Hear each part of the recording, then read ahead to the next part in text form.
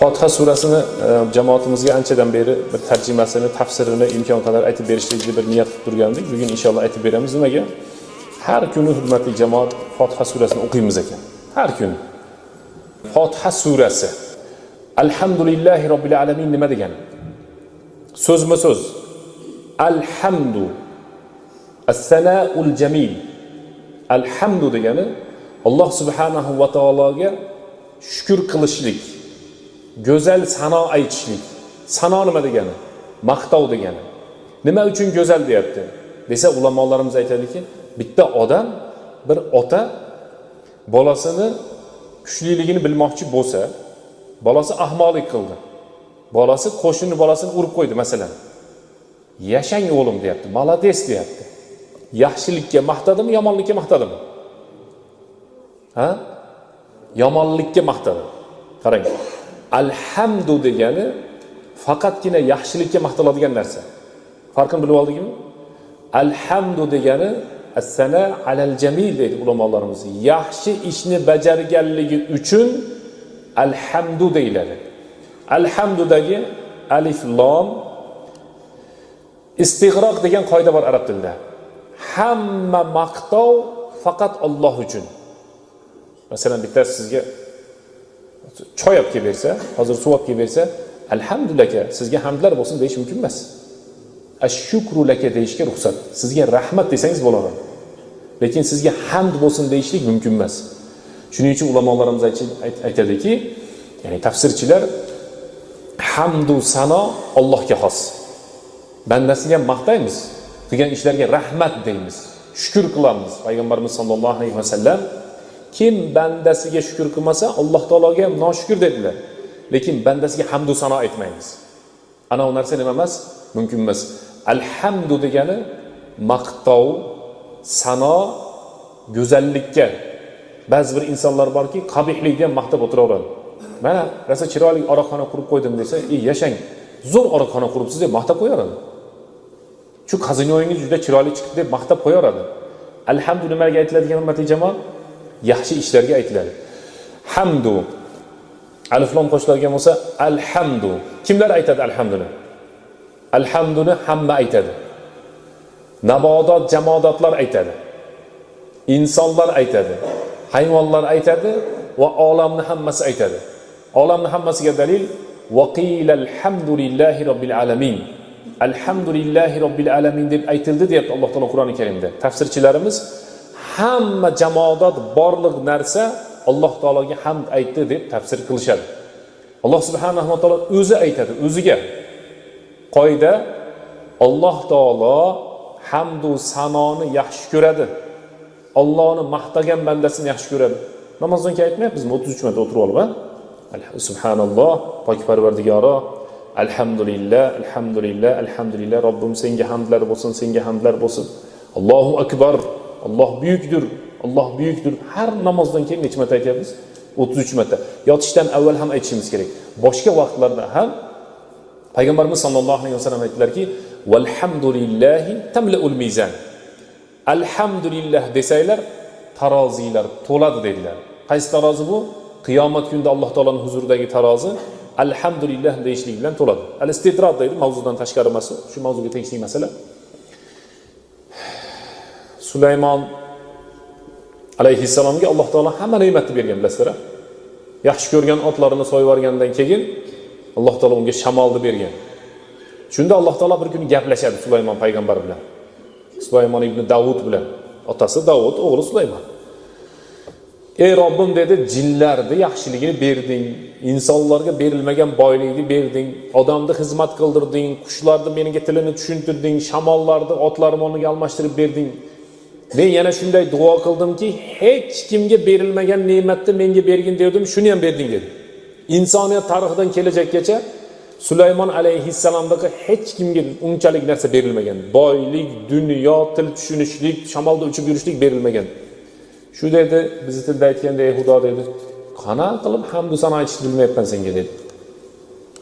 Alloh taolo aytdi, ey Sulaymon, Xudoga shukr keltirmaysan dedi. O'zi Allohga shukr deydi doim. Yana bir eslatdi Alloh taolo. Ey Sulaymon dedi, alhamdulillah demaysanmi? Ya'ni Xudoga shukr qilmaysan dedi.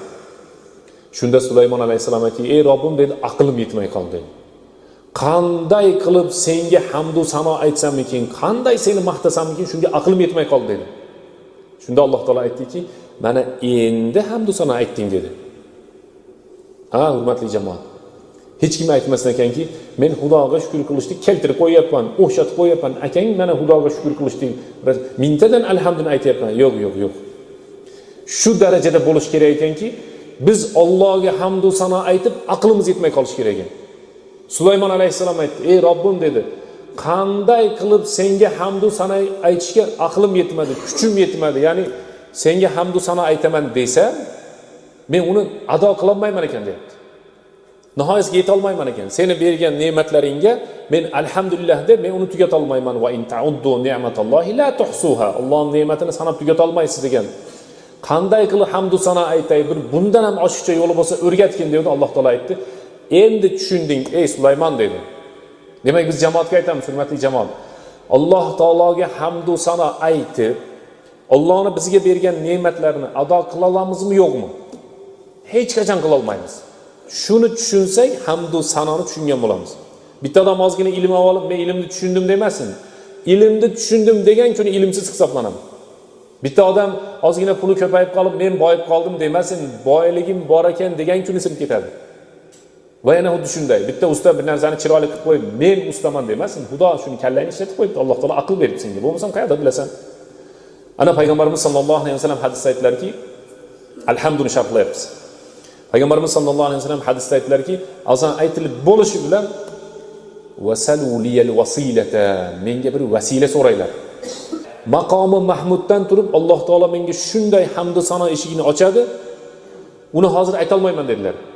O'sha qiyomat kunida hamd va sanoni aytaman, so'ngra Alloh taolo sal tu'ta vashfa tushaffa. So'rasang berilasan, shafaat qil, shafaatingga odamlar ilashadi, ergashadi, ya'ni seni shafaating bilan jannatga kiradi deyiladi. So'ngra sizlar shafaat qilaman. Sizlar menga duo qilib, maqomi Mahmudni so'rab beringlar degan nima bor? Hadis bor. Nima qiladi shu yerda desa, qaranglar, biz aytdik. Alloh taolo hamd va sanoni yaxshi ko'radi.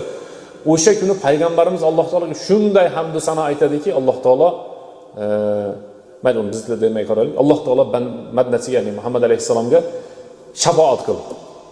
So'ra deydi. Qachon desa, qachonki hamd va sanoni ko'paytirganlardan so'ng.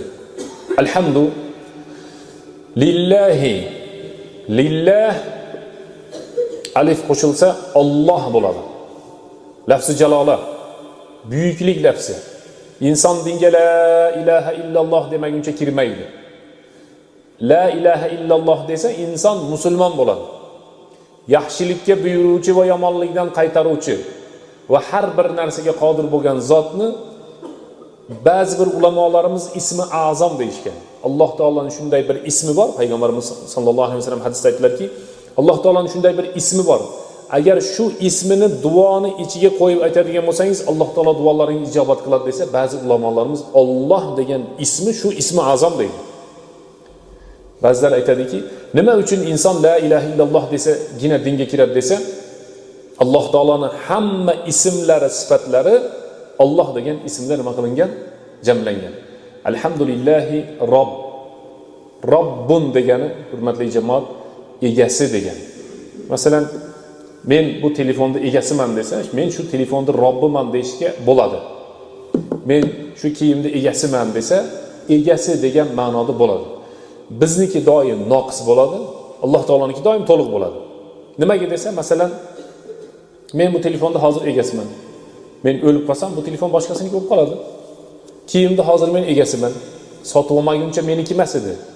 Men kiygim kelmasa yana boshqasiniki bo'lib qolar. Hadiya qilib olsam meniki emas bo'lib qoladi. Lekin Alloh taoloning mulki qanday desa, bizning mulklarimiz nisbiy, Alloh taoloniki esa haqiqiy. Yer yuzidagi barcha narsa, osmonlar, koinotlar, nabotat, jamoat, biz bilgan, bilmagan hamma narsa Alloh taoloniki, bizniki esa ba'zi bir qismi, milliard, trilliardni qancha bilmaymiz, ba'zi bir qismi. O'sha qismiyle bizniki bo'lib hisoblanadi. U ham qanday desa, u ham muvaqqat, vaqtinchalik. Ertaga boshqasiga nima qilib beriladi? Olib beriladi. Alloh taolo yaratguvchi, Alloh taolo mana shu dunyoni boshqaradi va Alloh subhanahu va taolo egasi.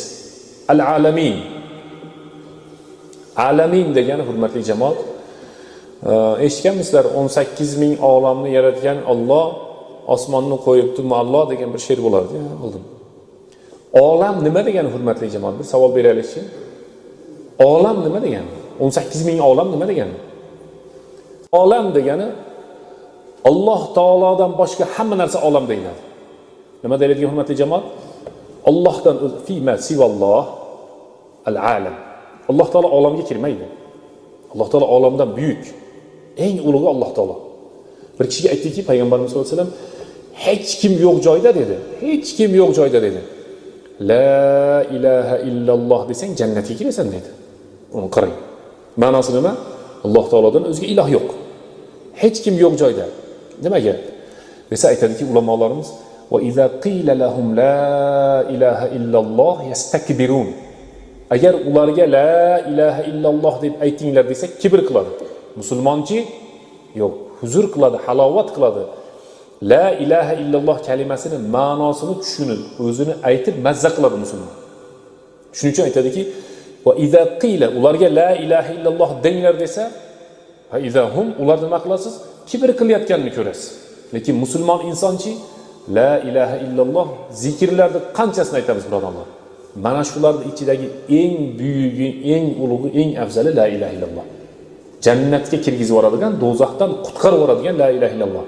Hamma gunohni qilib borganda ham hadisul bitoqa. Bitoqa degani mana shu. Shunday narsa tursa, shuni bitoqa deydi. Vizitka degan ma'no. Alloh taolo aytadi, solih amallarni ko'ringlar, yo'q ekan. Namozini qaranglar, yo'q ekan. Ro'zasini qaranglar, yo'q ekan. Ibodat, ihsonni qaranglar, yo'q. Do'zaxda kuyayotgan odam haqida gap ketyapti. Hisob kitob bo'lganda emas, u hisobdan o'tolmadi, tushib ketdi u do'zaxga. Nauzubillah, Alloh saqlasin. Nimasi bor ekan desa, bir farishta bitoqa topib keldim deydi. Nima deb yozib qo'yibdi deb Alloh taolo so'rasa, la ilaha illalloh deb shu odam tirikligida aytgan ekan deydi. La ilaha illalloh degan va amal qilgan. Desa, Alloh subhanahu va taolo qani shuni ham taroziga qo'yinglar. La ilaha illalloh hamma narsadan og'irdi. Hamma narsadan og'ir. Hammasini nima qilib qo'yadi? Yengib qo'yadi. Ana yana shu bugun e'tiqodiy masalalarni ko'p beryapsizlar. Buni ikkinchi qo'shimchasi mizon. Mizon ham aqidaviy masalalar bilasizlar. Mizon, hisob, farishta, qiyomat hammasi e'tiqod bobidan bular. Tarozda nima tortiladi? Tarozda nima tortiladi? Amallar. O'sha tarozi qanaqa? Shakli, ko'rinishi. Ha? Biladi, hadisda kelgan u. Siz aytganingiz to'g'ri, lekin hadisda kelgan joyi bor. Hadisda aytayaptiki, payg'ambarimiz, o'sha aytayapti. Ikkita pallasi bor. Tarozi nimasi bor? Ikkita pallasi bor. Lekin mana shu ikkala palla biz bu tarafga bitta telefonni, bu tarafga bitta tuxumni qo'yib qo'ysak, o'lchaydigan palla emas-da u. U qanday ishlaydi, uni Alloh taolo o'zi biladi, faqatgina. Uni qanday ishlashini. Mana shu bitoqa shuda endi hozir ko'rsatgan qog'ozchamiz o'sha bitoqani qo'ysa deyapti. Buni qilib kelgan gunohlarning hammasini pastga tushirib, fatashatu sijillat degan. Qilgan amallari yozilgan boya 99 daftar pastga tushib, ko'tarilib, la ilaha illalloh nima qilib qo'yadi deyapti? Bosib qo'yadi. O'ng tarafdan ko'rsataylik. La ilaha illalloh bosib, boyagi gunohlarni nima qilib qo'yadi? Ketkizib qo'yadi. O'zimiz mavzuyimizga qaytsak, alamin degan. Alhamdu tushunarli bo'ldi. Lillahi faqat Alloh taolo uchun maqtovlar. Robbun ega degan. Al-alamin. Olam degani hurmatli jamoat fima sivalloh. Alloh taolodan o'zga hamma narsa olam deyiladi. Lekin olam so'zida bir ikkita ma'no bor ekan. Masalan, boya bir kishi aytdiki, hayvonot olami. Bu to'g'ri. Hayvonot olamining ichida sigirlarning olami. Bu boshqa yana bitta olam. Qo'ylar olami boshqa olam, baliqlar olami boshqa olam. Dengizning olami boshqa. Yana aytadiki ulamolarimiz, alaminning ichiga insonlar kiradi deydi. İnsoniyat olami bu bir olam. Lekin insoniyatning ichidagi bu 21-asrda yashayotgan boshqa olam. Payg'ambarimiz sollallohu alayhi vasallam davridagi boshqa olam. Hozir ular bilan bizni ko'z, quloq, qo'l oyog'imiz o'xshashi mumkin. Boshqa hech yerimiz o'xshamaydi. 10-asr boshqa olam. 20-asr, 7-asr boshqa olam. Bizdan keyingi asrlar boshqa olam. Shuning uchun har 100 yilda deydi ulamolarimiz bir so'zi bor. Bu boyagi payg'ambarimiz sollallohu alayhi vasallam hadislariga ko'ra 100 yilda insonlar nima bo'ladi? Bir ularni qutqaruvchi odam chiqadi. 40 yilda esa ummat o'zgaradi. SSRga qancha bo'ldi? Tugaganiga qancha bo'ldi? 33 yil. Yana 5-6 yillardan keyin ancha o'zgarishlar ko'rasizlar. O'zi o'zgarib ketdi ko'p narsa. SSRda olamini eslab ko'ringlar-da. Ular boshqa olam. O'shlarda videosini bir ko'rsanglar bo'ladi. Kiyimlari boshqa, gaplari boshqa, qiliqlari boshqa, dasturxonlari boshqa, tushunchalari boshqa. Yaqindagi odamlar 30 yildan narigi tarafdagi odamlar. Shuni ikkalasini ko'rib qolgan odamlarimiz desa, u paytda boshqa olamda edi, hozir boshqa olamda. Xuddi sahobalarning jahiliyatda yashab, keyin Abu Bakr, Umar, Usmon, Ali bo'lib ketganga o'xshayaptilar hozir. Shunday desak bo'ladimi? Bo'ladi. Payg'ambarimiz sollallohu alayhi vasallam sen dinga kirganingda hamma gunohing qolib ketdi narigi tarafda. Faqat qaytarib qilib qo'yma dedilar-da. Al-alamin degani har bir zamon, har bir makon, har bir ummat, har bir hayvonot, jamoat, nabototlarni o'zlarini nima deymiz ekan? Olam. Qisqa qoidasi nima ekan? Fima sivalloh. Allohdan o'zga har bir narsa nima deyiladi? Olam deyiladi. Biz o'sha olamlarni ichini qidirib, nimaligini tushunib yurishligimiz shart emas. O'zimizni olamimizni obod qilamiz, ertaga oxirat degan va qiyomat degan narsaga tayyor turishligimiz uchun. Ummat ham degan ma'nosi bor. Alhamdulillahi robbil alamin. Keyingisi Ar-Rahman Ar-Rahman Ar-Rahim, Ar-Rahmanir Rahim. Qoida tajvid ilmi Fotiha surasida deyarli yo'q. Va Fotiha surasida 3 ta xato qilgan odam namoz bo'lmay qoladi. Qaysi inson Fotiha surasida 3 ta ma'noni buzuvchi imomning orqasida namoz o'qisa, boshqatdan o'qisin. Tushunarlimi? Oldin har xil qilib o'qib qo'yishardi-da. Namozni qanday boshqa bo'lsa o'qib qo'yardi. Shuning uchun imomlikka shoshilmaymiz, hurmatli jamoat. Fotiha surasida 3 ta ma'no buzuvchi xato bo'lsa namoz bo'lmaydi. Bizning mazhabda aytyapmiz. Boshqalarda undan ham qattiqroq. Yoki sizni oldingizga o'tgan imom Fotiha surasidagi 3 ta ma'nosi buziladigan darajada siz shuni bilsangiz, bo'ldi, sizni namozni boshqa o'qishingiz kerak bo'ladi. Bu namoz qimmat narsa. Bishkekda aeroportda o'tirsak, namoz vaqti bo'ldi, 3 tasi bor ekan, men ham 4-inchisi. Bittasi takbir aytib, bittasi imomchilikka o'tdi. O'sha gapda endi u Tavrotdan o'qidim, u Injildan o'qidim, u Qur'ondan o'qidim, men aqlim yetmadi. She'r o'qib qo'ydim ya birinchi rakatga. Ular chiqib ketdi. Men o'zim namozni boshqatdan o'qidim. Namoz muhim narsa-da, birodarlar. Tajvid bilan o'qish kerak. Lekin biz aytyapmizki, yaxshi hamki Fotiha surasida tajvid deyarli yo'q. Harflarni chiqadigan joyini olsangiz, ihfo, idg'om, iqlob, palonchi, pistonchilar juda bo'lsa ham o'ta kam. Alhamdulillahi robbil alamin. Qanaqa tajvid qoidasi bor bu yerda? Harflar mahraj bor xolos. Izhor bor ekan, ihfo bor ekan, idg'om bor ekan, yo'qda. Ar-Rahmanir Rahim. Qani tajvid qoidasi? Ar-Rahman, Ar-Rahim. Xuddi shuni singari. Maliki yawmiddin. Harflarni joyiga berasiz, tamom, bu yerda tajvid qoidasi yo'q. Biz yetib kelganimiz qaysi bo'ldi? Ar-Rahman, Ar-Rahim. Fa'lan, fa'il degan bobga tushadi arab tilida. Fa'lan, Ar-Rahman. G'azban, atshan degan so'zlarga o'xshash. Ma'nosi g'azabi chiqib turgan odamni g'azban deydi. Chanqab turgan odamni atshan deydi. Rahmati kelib turgan Alloh taoloniki bo'lsa yo insonniki bo'lsa Ar-Rahman deydi.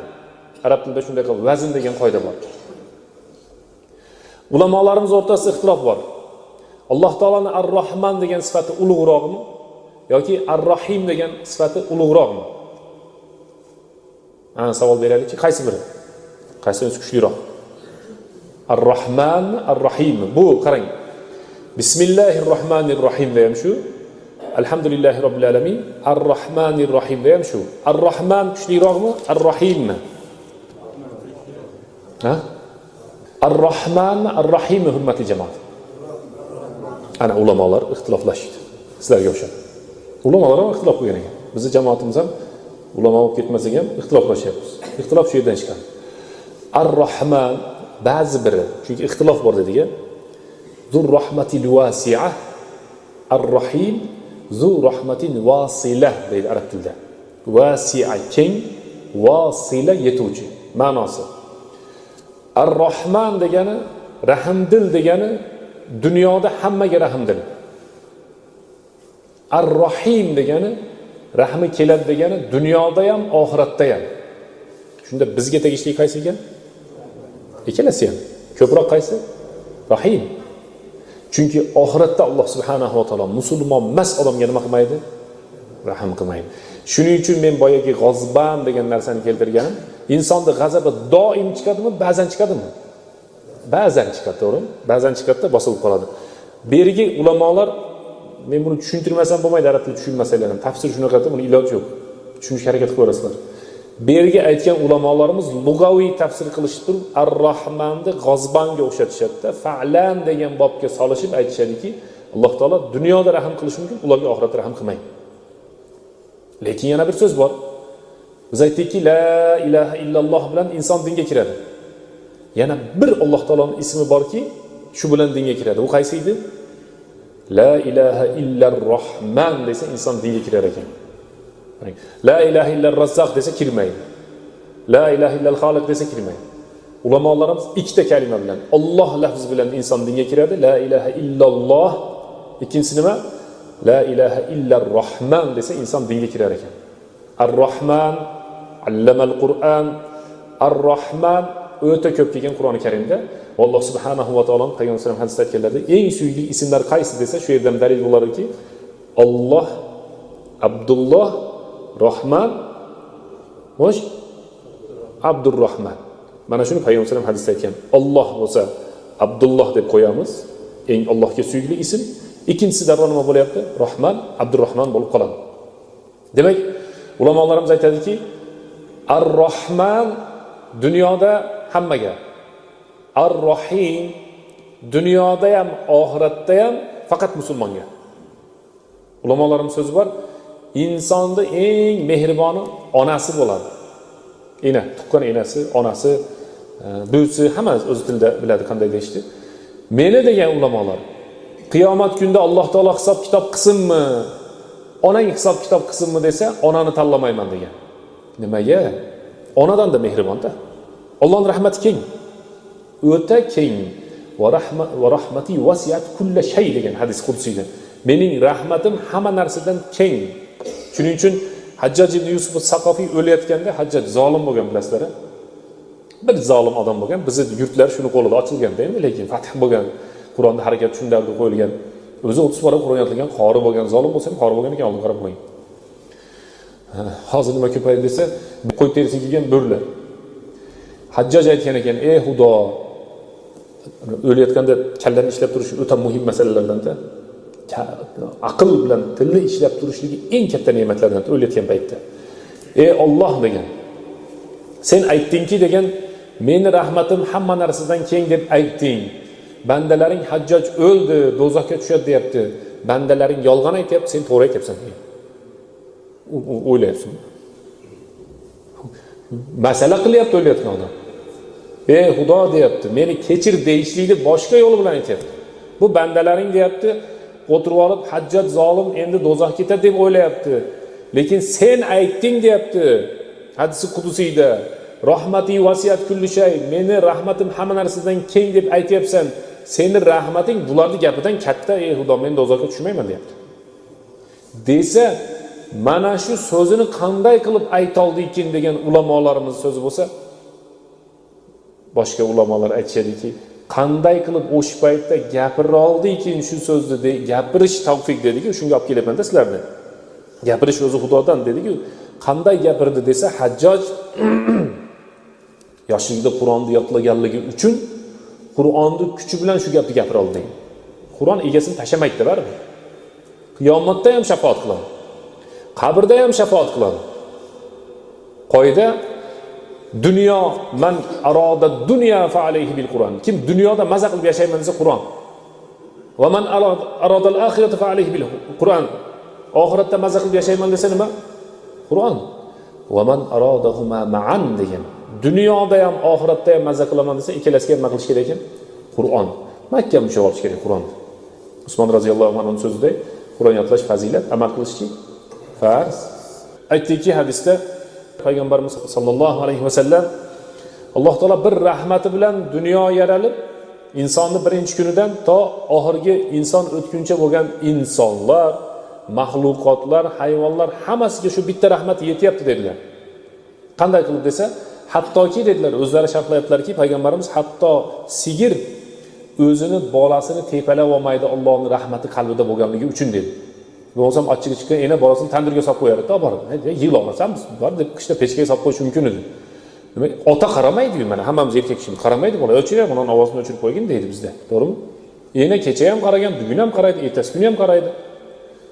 Onani rahmatdan ko'ra Alloh taoloning ko'p. Nimaga desa, Alloh taolo onaning qalbiga rahmatni ko'proq solib qo'ygan ekan. Demak, Alloh taolo bir rahmati bilan hammamiz yashab yuribmiz. Bizdan oldingilar ham yashagan, bizdan keyingilar ham yashaydi. Qiyomat kunida shu 99 rahmatini Alloh taolo nima qiladi? Bizga ishlatadi. Alhamdulillahi robbil alamin, ar-rohmanir rohim, maliki yawmiddin. Yawmiddin qiyomatning bir ismlaridan. Soat degan ism bor. Iqtaraba lin-nasi hisabuhum. Hisob degan ism bor. Qiyomat degan ism bor. Ana shularning ichida Yawmuddin, yawmul jaza deydi. Ulamolarimiz mukofot ham, jazo ham beriladigan kun. Bitta tarafini tushunib olmaylik. Yaxshi insonlar uchun mukofot beriladigan kun, yomon insonlar uchunchi jazo beriladigan kun. Ya'ni ruschasi zo'r chiqadi buni. Esirdagi kattalarimiz ham foydalanib qolamiz endi. O'ruschasiga qiyomatni nima deydi? Sudniy din. Nima deb tafsir qilamiz sudniy dinni?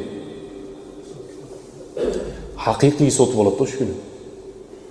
Advokat aralasha olmaydi deganda shuni tushunadi. Qiyomatda advokat aralasha olmaydi. Ma minkum illa sayukallimuhu robbuhu va laysa baynahu va baynahu tarjuman degan hadis bor. Birortangiz yo'qsizki deyaptilar payg'ambarimiz. Robbisi alohida gaplashadi har biri bilan. Bila tarjuman degani hech qanday tarjimonsiz gaplashadi. Hozir sot bo'ladi ekan, unday bo'ladi ekan, bunday bo'ladi ekan desa, ancha nima qilamiz? O'ylanamiz, qiylanamiz. Lekin balog'atga yetib aqlimizni topgan kundan o'lgan kunimizgacha misqol zarrasigacha javob berasan desa, buni bir o'ylab qo'yish kerak. Bir umr o'ylash kerak. Har biriga javob berasan deydi. Payg'ambar aytayapti, Odam alayhissalom, Musa alayhissalom, Iso alayhissalom, Ibrohim alayhissalom hammasi nima deyapti? Nafsi deyapti. O'zimga javob beraversam katta gap. Payg'ambar Ibrohim Xolilulloh aytayapti, nafsi deyapti. Demak, sudniy din, haqiqiy sud bo'ladigan, haqiqiy hisob kitob bo'ladigan Maliki yawmiddin, o'sha kunning egasi. Malik deganda ikki xil qiroati bor. Varsh qiroati bizning qiroatimiz, Hafs osimda. Varsh qiroatida Maliki yawmiddin deb o'qiladi. Bizning qiroatimizda Maliki yawmiddin deb o'qiladi. Malik bilan Malik ikkalasi ham mulkka dalolat qiladi. Boya men sizlarga tushuntirib berganim, hali hadis aytmaylik, aralashib ketyapti dedim tafsirga. Mana endi o'shani aytish kerak. Mulk ikki xil bo'ladi, hurmatli jamoat. Mulk necha xil bo'ladi ekan? Ikki xil. Haqiqiy va nisbiy. Haqiqiy va nisbiy. Haqiqiysi Alloh taoloning. O'sha kunda Alloh taolo aytadi: "Limanil mulkul yawm? Lillahil vahidil qahhar." Bugun mulklar kimiki deydi Alloh taolo. Bugun mulklar kimiki? Lillahil vahidil qahhar. Hammani ustidan g'olib bo'lgan yolg'iz Alloh subhanahu va taoloniki mulklar. Hozir nisbiy bo'lib turgan mulk ham qiyomat kunida yo'q bo'lib ketadi. Chunki hadisda aytildiki, Alloh taolo hammasini jonni olgandan keyin Azroil deb taniymiz, o'lim farishtasi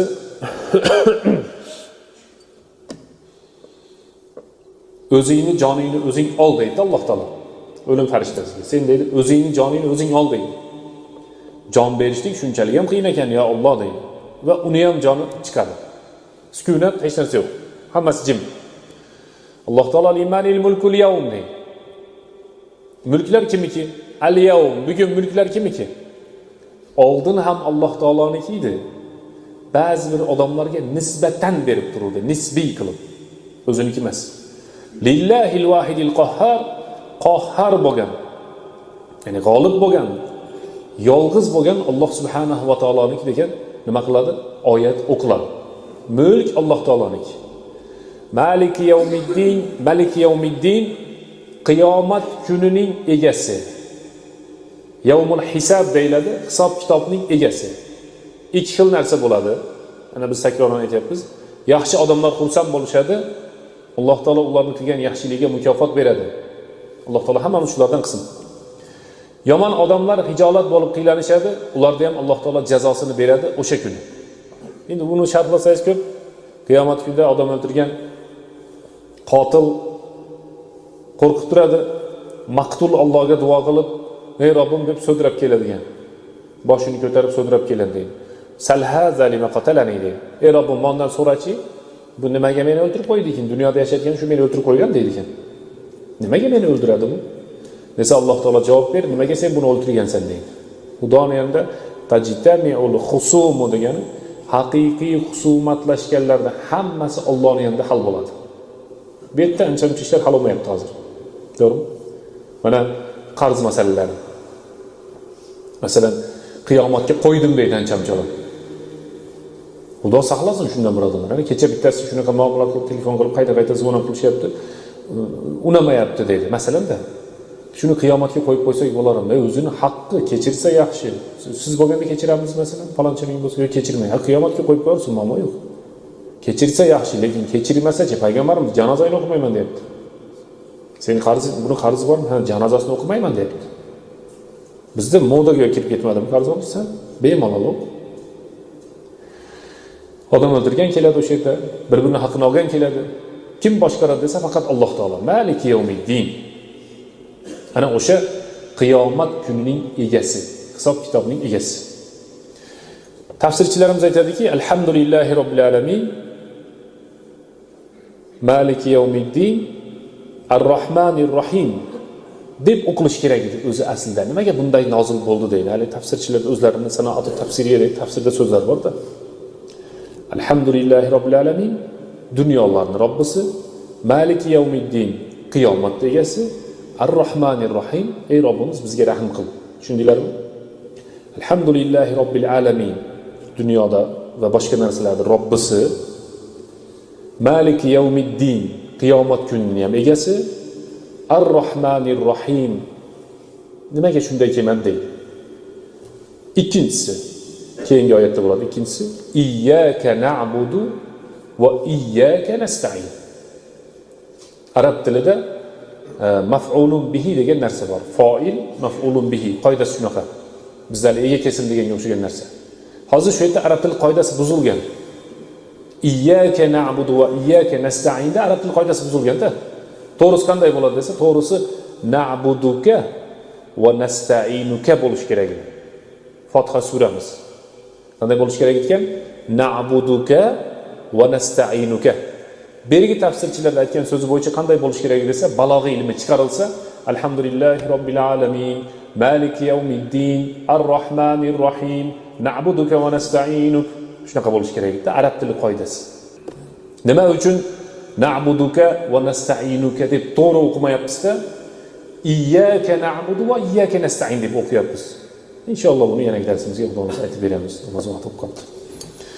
سبحانك اللهم وبحمدك أشهد أن لا إله إلا أنت أستغفرك وأتوب إليك واهدنا إلى الحق وإلى طريق مستقيم ربنا إننا آمنا فاغفر لنا ذنوبنا اللهم إنا نسألك خير هذه الليلة فتحها ونصرها ونورها وبركاتها وهداها ربنا آتنا في الدنيا حسنة وفي الآخرة حسنة وقنا عذاب النار برحمتك يا أرحم الراحمين